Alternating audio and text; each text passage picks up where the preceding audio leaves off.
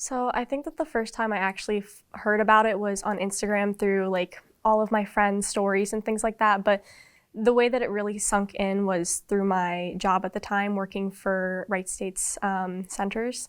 I heard about it from my coworkers. Everyone was talking about it. It was a really big point of anxiety for a lot of us. So I was working at the CIC, the Culture and Identity Center, and it was just like being talked about and kind of freaked me out because that's where I had all my jobs. I originally heard about the bill from Ciarah. She sent it in our Black Presidents Council group chat, and she was like, y'all, there's this bill coming out, like we need to start like taking it seriously. And she was like advocating like, y'all, we gotta like educate ourselves on this. So that's the first time I seen it. I kept sending like information and things like that to just keep everybody like aware of what was going on. So we held like a few meetings about it so that we could figure out what was going on, but we didn't necessarily know who was going to pass, so we were just trying to figure it out.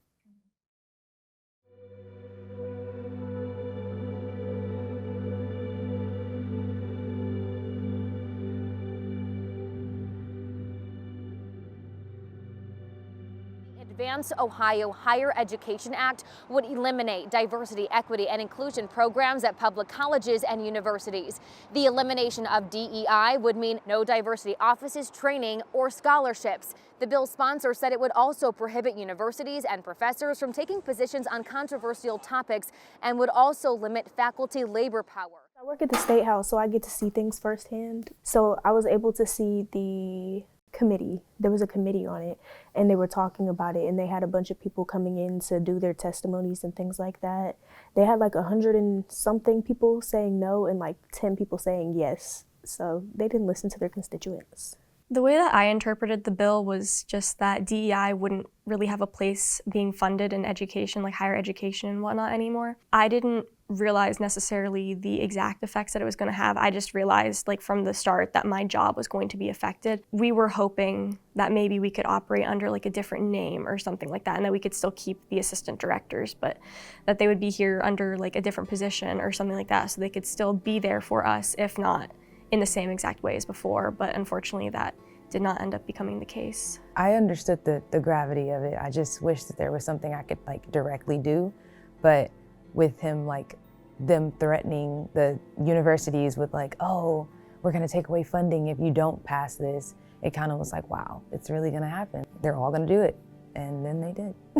It was like mainly student-led, because you know, our students were the receptionists. We used to clean everything and like talk to people. You just saw students all the time, but now there's like no one there. It's kind of lonely. People aren't really in the centers anymore. Yeah, I would be in there all the time. We would have like all of our events in there, whether it was like meetings or just a random event. We usually are in Belinga. Working in admissions, when we like have people tour and we walk past this giant space with people in it, and they're like, don't say anything about that. We're not supposed to talk about that. It's the elephant in the room. Like, it's right there, but it's like you can't talk about it, and it just hurts me so bad because I feel like it's such a great space and it was such a comforting space for people on campus. And so to not be able to like advertise it and show it off, it's sad. I tried to keep an open and like hopeful mind about it before it passed. I was really hoping that it wouldn't, bluntly. That being said though, I tried to keep it a little bit on the back burner just because I knew that keeping up with it would just completely wreck my mental health. When I first found out about my position being liquidated at Wright State, I was actually working at my summer job. I worked as a camp counselor with kids. My coworkers had to take over while I went inside just because my boss had texted me, or my boss at the time had texted me, and it was just, I had to take a couple minutes to just compose myself because I couldn't let the kids see me like that. I felt defeated. I got through school getting paid by the Black Student Union. Like, that's how I was able to make my money, and it was very convenient. So I feel like it's very disheartening to see like you guys not be able to get paid when you guys put in so much work. At the beginning, I was really like distraught because I'm like, oh, what does this mean? They're taking everything away, and you know, like scholarships and stuff like that. So like it really did affect me. I kind of don't want to do anything anymore because I don't want to go through all the hoops just to make one event, you know, okay with everyone. I was just in my room like distraught, and our advisor called me and told me the news and just said like, I'm gonna be terminated, like I'm gonna lose my job now, and told me who else was losing their jobs and the severance packages and all that. And I was just like, wow, like I don't know where to go from here. Like now I don't have any guidance. It kind of is the mindset of like, it takes a village. I got guidance from like my family and some of my friends, and then I also got guidance from some other like Black faculty that do like still work here. It just was kind of rough to like initially find, you know, who can I talk to about this? Who is actually gonna have our best interests at heart, and they're not just like saying something to me. So it was hard, but I think I found guidance in some people. We're students and we need like adults to help us. So if we couldn't like figure out something, we would go to our advisor, Kathy, and be like, hey, can you help us with like this? And she would like, since she knew how to deal with it, she would help us. But now it's kind of hard because she's like in another job and we're just trying to figure it out and just, you know, go through it alone, which is kind of difficult because our president is a fresh year and he's just trying to hold it together. It's been a struggle because even though each student organization has their own like faculty advisor, it can be really hard to get in contact with any of them. And the assistant directors were just always there. Like if you needed someone to talk to or if you needed advice on like something student org related or otherwise, they were always there. We've definitely noticed their lack of presence there. I think with what the cards were dealt, we're trying to keep going forward, but it is hard because like a lot of people think like the center's closed, so that means that we don't have anything else, and we're always trying to reach out to students to like come and join us, and they're like, wait, this is still open? We're like, yes, we're still trying to get people. They don't feel as lively.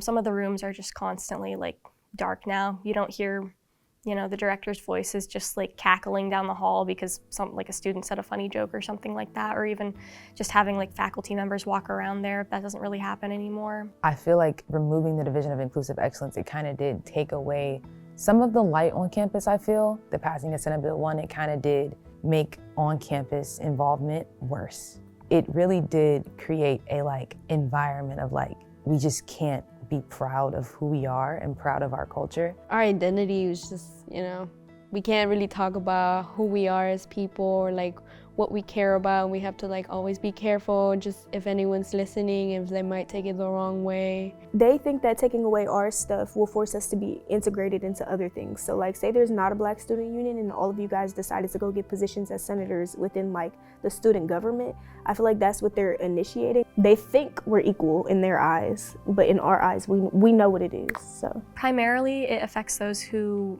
would visit the centers and things like that just because the demographic of individuals who generally like visit there most often are going to be the most affected by that point blank period. As for other students, not as much, but I know there probably is some strain. It's just a matter of, you know, having people actually talk about it around you, which doesn't happen that often, unfortunately. Change in any form, whether it's like reversion or adding a new thing, you know, there's gonna be some sort of period of bounce back and whatnot in any way, shape, or form. So I think it would take a bit, but I think ultimately it would probably be for the best if, at the very least, you know, we were able to operate with the centers again in the way that we were in the past. There's always a possibility for things to be rebuilt. I think that eventually we can get back to where we were.